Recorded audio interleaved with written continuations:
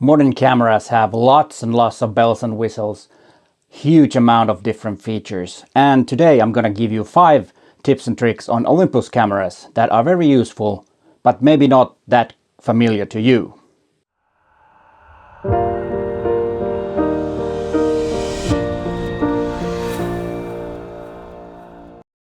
Hi there, I'm Peter Forsgård, an Olympus visionary from Helsinki, Finland. And before we start digging into the 5 tips and tricks, please consider to subscribe to my channel and hit that bell so you get notified when there's a new video online. My channel is all about you getting to be a better photographer, and I post 2 videos a week on Tuesdays and on Fridays. Tip number 1. Did you know that you can change the direction of the manual focus ring, or the direction that it turns? And you can do it from the menu. This is very useful if you're used to the manual focus ring rotating to the counterclockwise or clockwise. It depends on what camera you have used to use. If you have had Olympus for all of your life, then it's not a problem. But if you want to change it, you can do it in the menu system. Most of these tips and tricks works with all Olympus OM-D cameras, except this one. Tip number 2. AF limiter.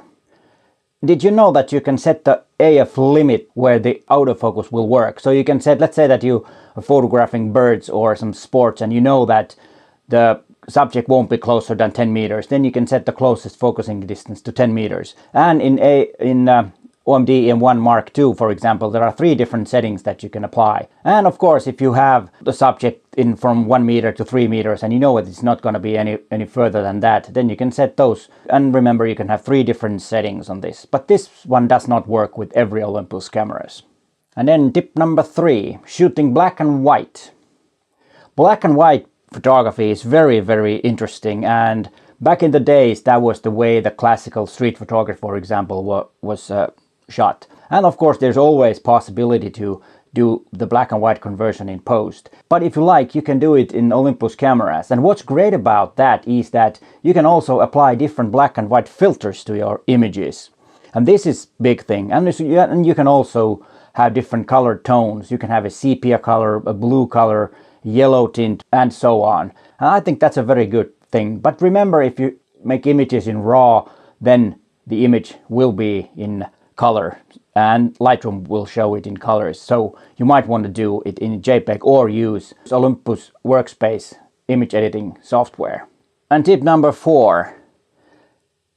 This one is a thing that I've never used, but if you hook up your camera to a external monitor, let's say your television, for example, which has a HDMI input, you can show your images as a slideshow from back of your camera. And I think that's very, very interesting. And you can actually apply some music to it. Let's say that you're on a vacation and then for long walks and a long day, you come back to the hotel, had maybe some nice dinner, and then you can watch your images from the TV in the hotel room as a slideshow, and there is a background music. And that could be actually quite fun to do. I will do that next time I'm on a holiday trip and see how it works. But of course, if you have a lot of images of the same spot and with different exposures and like that, then it might not be the case. But if you are like me, that you usually make one shot of each thing or one shot of each composition, then that might be a very, very nice way to entertain yourself after a long day in a vacation trip. As I said, I'm gonna try that next time I'm on a vacation. And then there is tip number 5, setting the time in your camera.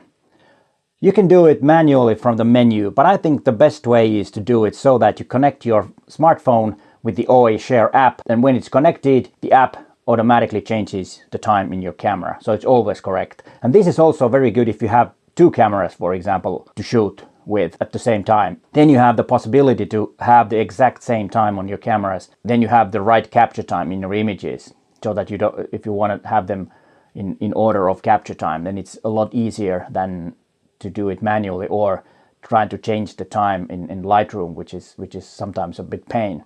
But connecting your phone to your camera will sync the time from your phone to the camera, so you have always correct time. And don't forget to track your GPS coordinates with the OA Share app, so that then you can sync and you know exact spots where the image were taken.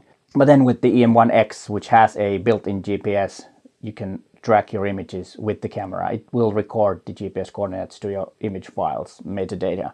Alright, these were the 5 tips and tricks. But hey, thanks for watching and bye for now.